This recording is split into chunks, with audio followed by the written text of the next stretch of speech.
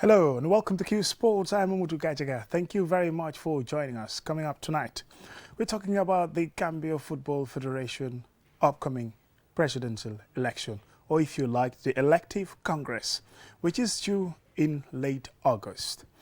There was a press conference that was convened on Thursday, which I attended, and they've talked about the build-up to the election, from nominations and candidates who are going to contest, and they've also talked about how you could be disqualified as a candidate when it comes to the elections.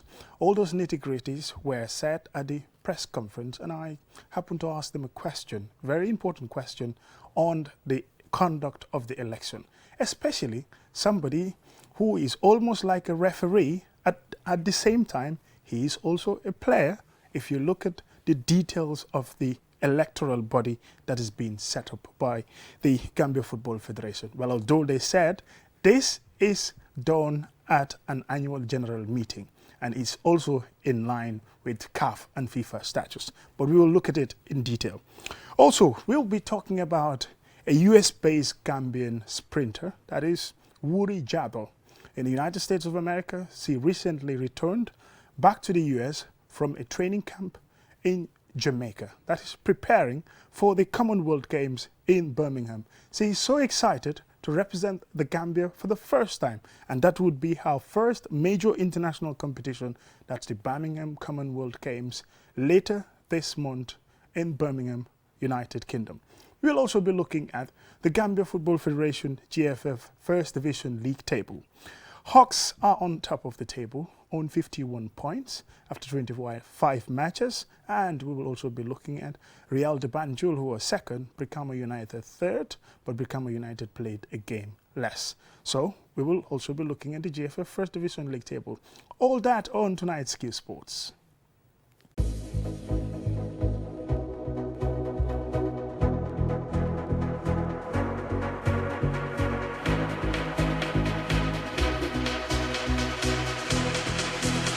Welcome and thank you if you're just joining us. First, we're going to talk about the GFF election, if you like, the elective Congress.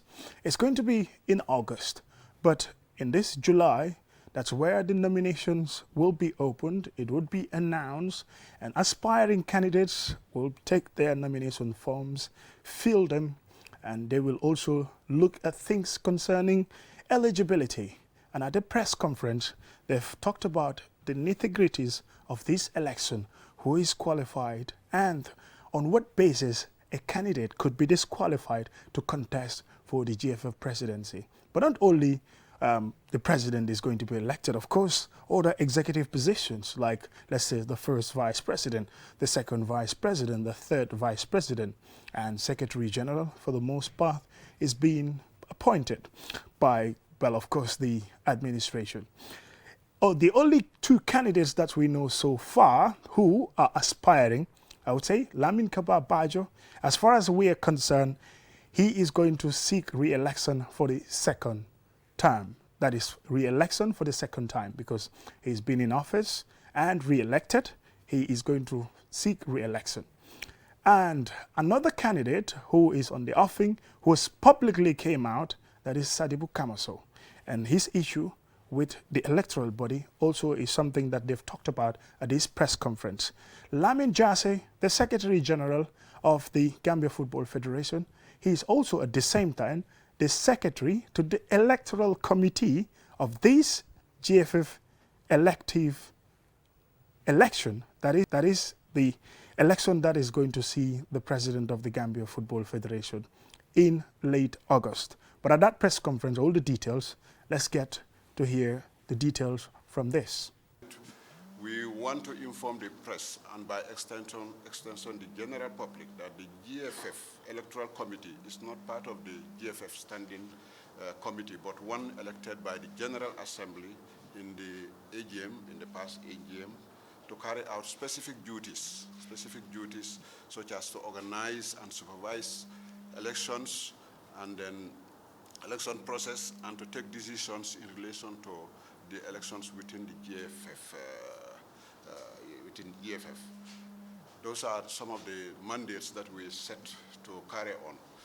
Also setting and announcing election dates and time, scrutinizing nomination papers of the candidates, conducting eligibility checks on aspiring candidates, ensuring that the electoral codes are respected by all aspiring candidates, announcing those who met the criteria and then the way we've gone over it, conducting election in a fair manner without interference from either parties, and finally announcing the results and declaring the winner on the General Assembly. Those are some of the points that we need to buttress, and then to go further, it should also interest you to know that the Electoral Code, part of which I outlined above, was approved by the General Assembly in February 2018 and has immediately comes into force since then. Then therein we want to, given a pretext through those Electoral Code, we want to announce very important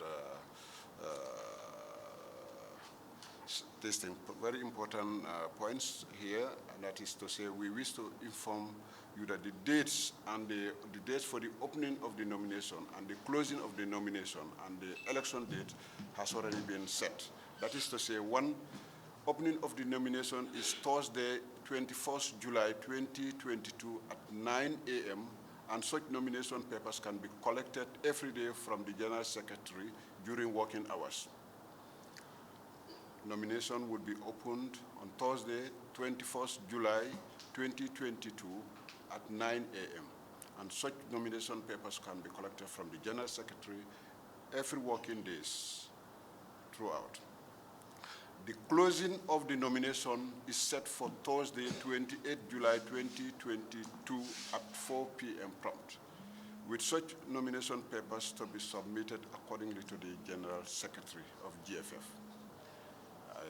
It's very important to note that the closing of the nomination is set for Thursday, 28 July 2022 at 4 p.m. sharp. The Electoral Committee will announce the list of qualified candidates in line with Article 12.1 of the Electoral Code on Thursday, 4th August 2022. On Thursday, 4th August 2022.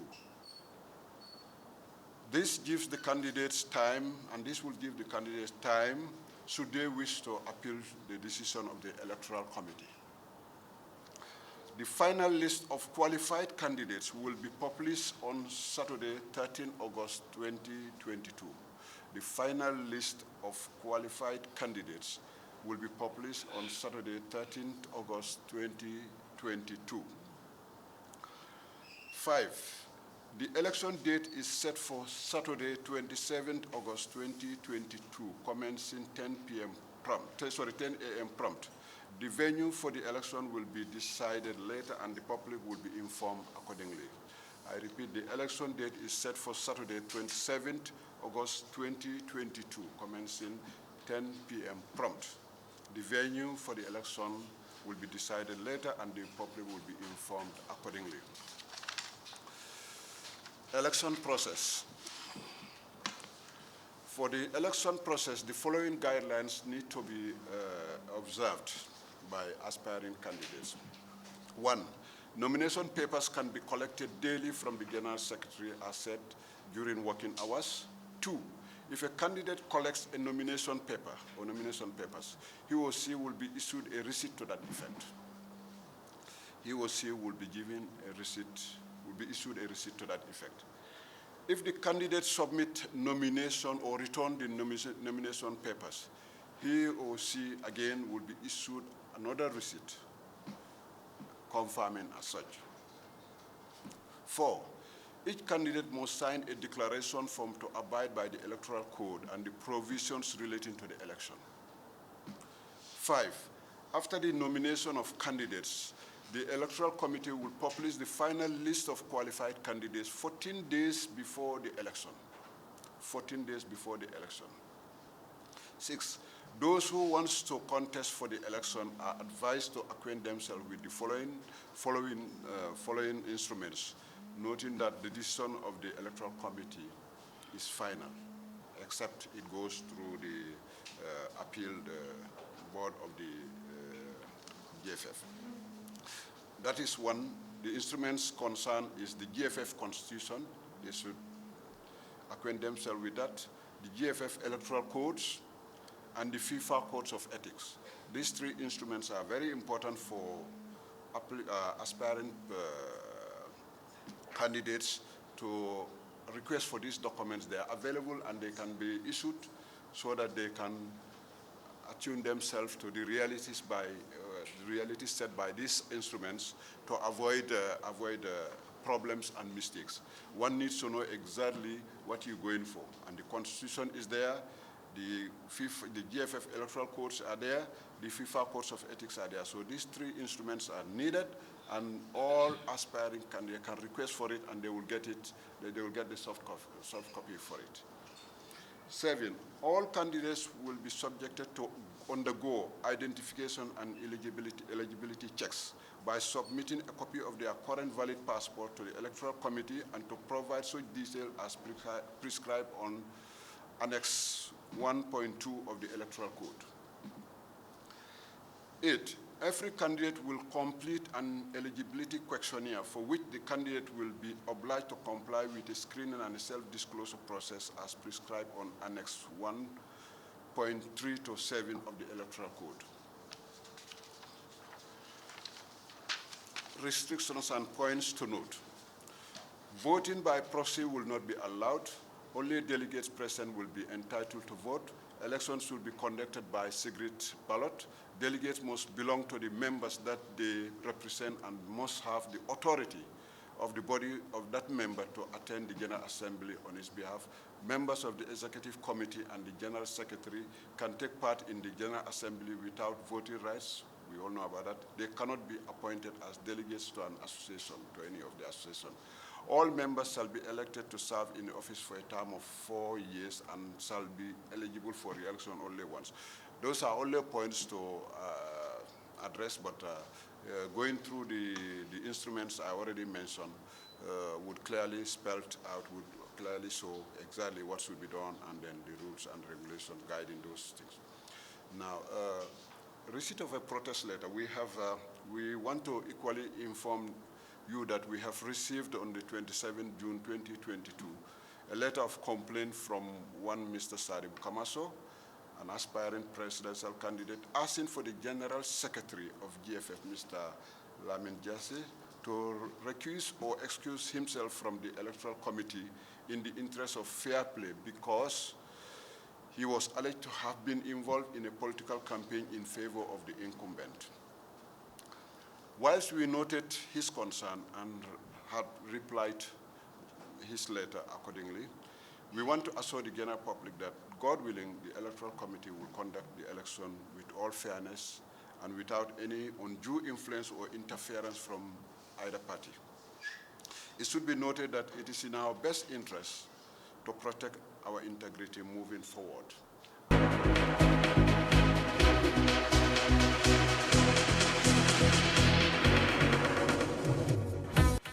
I'm even baffled that my being the secretary of this committee has been challenged. I was really confused by it because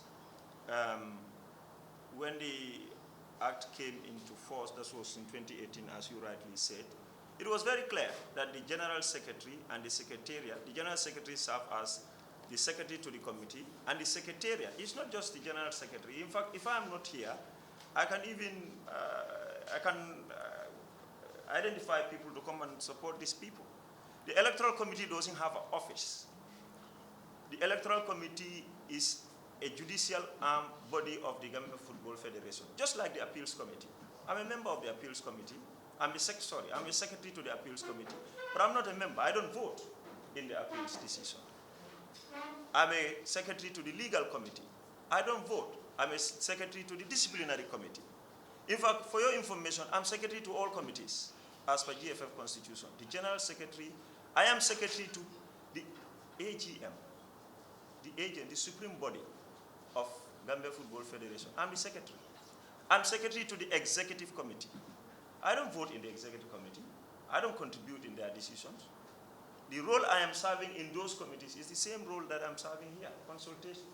If there are things that, for example, right now, if they need an information on a particular issue, I go and get those information for them. And also, let me tell you that this electoral code, even though it's been passed by the AGM, but all instruments of the Gambia Football Federation also must have to go to FIFA and CAF, because if these rules are contrary to the status of FIFA and CAF, they won't pass. We are also affiliated to CAF and FIFA. Just like clubs are affiliated to us, we are also affiliated to a bigger body. So, just for clarity, it is nothing like the chairman said, there's nothing new here. We are not inventing anything new. And as far as we know also, there are no candidates. Work of the electoral committee starts today. Kaba is not a candidate as far as I know, because no one nominated him. You become a candidate when you are nominated. He can aspire to be president, nothing stop him. You just need to resign from as a staff and tomorrow to build his team. Anybody can.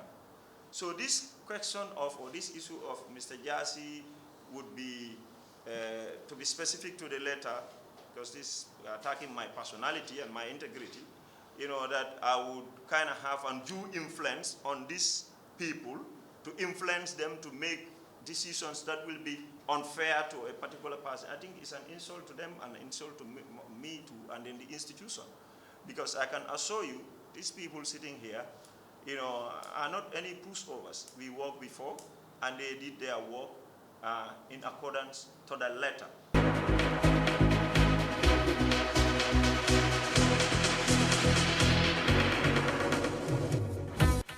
Still on Qsports, now we talk athletics. Well, Wuri Jado is a sprinter who is based in the United States of America, but was born and raised in the Gambia up to a certain age, that's at the age of 9, when she traveled to the United States of America with her family. And Wuri is a 24-year-old athlete. She runs in the sprints 100 meters, 200 meters, 4 by 100 meters, and as well as she is also doing long jump, which is her favorite, according to the interview that we had with her. And in that details and more about that interview and how excited Wuri is to represent the Gambia, which is going to be her first at the Commonwealth Games in Birmingham later this month. Let's hear more on this interview.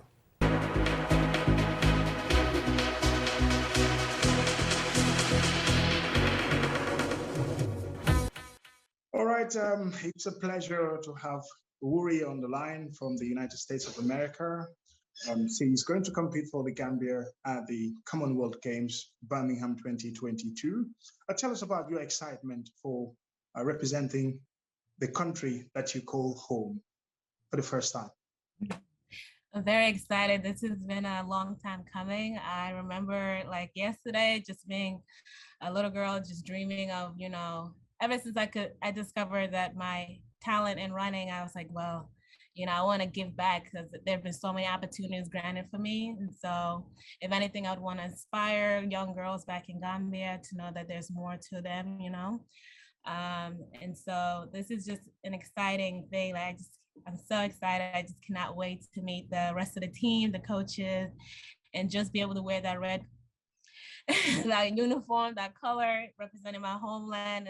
It's just a surreal moment, and I just cannot wait for that. Yeah, put me straight here. Were you born in the United States and raised there? No, I was born in Gambia, Sibito. Oh, beautiful. Yes, I was born in Gambia, Sibito, and then at the age of 9, my family and I relocated to the U.S. All right, tell us about athletics in the U.S., especially as a sprinter. You ran in the 100, 200 meters, and as well as 400, and even long jump as well. Yes. Yeah, so since high school, I've competed in those events. I dropped high jump, and then, as I went on to college, I focused more on sprints and jumps. So I'm more of a long jumper than a sprinter. but due to some surgery I had in the back, so I'm focusing more on sprinting right now. But next season, hopefully, it will be in the long jump, which is my favorite event that I'll probably focus on with a little sprint in the background as well. But yes, like I'm excited to compete in those events coming forward to the Commonwealth and the Islamic Games as well. Your best timing until now is sub 12 seconds. When are you going to break the jinx? You know, sub 11 seconds, in fact, maybe 10:99, in fact. It's all in God's hands. You know, I've done the training that I need. If God allows it to happen this season, you know, that'll be amazing. If not, I'm patient. I know, you know, these things take time. You can't rush it. A PB is gonna come when your body physically ready for it to show. And so for me, it's just taking my time, taking one race at a time, and hopefully when that day comes when I run that, it'll be, you know, at the right time at the right moment. Will the Commonwealth Games be your biggest ever competition in terms of standing and at international level? International level, yes, it'll be. I've so far just been competing collegiate wise. So NCAA is the highest collegiate we can go to. And then also competing at Jamaica last week was probably my first debut pro meet. But Commonwealth will be being on the big stage, representing my country with the uniform and all that, and my teammates and everything. But yes. And have you got a little about your teammates? Maybe probably you've never met them before in person, but have you been monitoring their development in terms of timing, especially the famous one, Guinea-Bass? Yes, I have been following some of them, Fatu, and I've also met a few of them via social media and stuff. So we've kept in contact, and it's all just like they can't wait to meet me. I can't wait to meet them. So hopefully Commonwealth will be the environment, the area that we'll all be reunited as a team, as a group, especially I know the 4x1, I'm really looking forward to the meeting. Just, you know, that's the one I love, running relays. So it's the fact that, you know, they did so well successfully last few weeks ago, actually, at a competition. And so that to me was a very proud moment to watch online and see, you know, a group of women coming together and competing. And like that, I can't wait to be a part of that. What is your expectation at the Commonwealth Games? What do you want to achieve especially? Of course, to advance in the finals. But I know like big meets like this, you know, you're gonna compete against really fast girls, really talented individuals. So I can only focus on what I can do and what I'm able to produce at that meet. So do the best that I can to try to advance to the finals. And if that's the case, you know, that would be really great. So my expectation, just being that this is my first pro meet, I don't want to put too much pressure on myself, being that I'm young and all these women have been there for years to come and all that. And so mine is just to go out there, have fun, and do the best that I'm capable of doing to advance to the finals. Wuri, it's a pleasure talking to you. Thank you very much for your time. Thank you. And I wish you all the very best of luck and see you in Birmingham.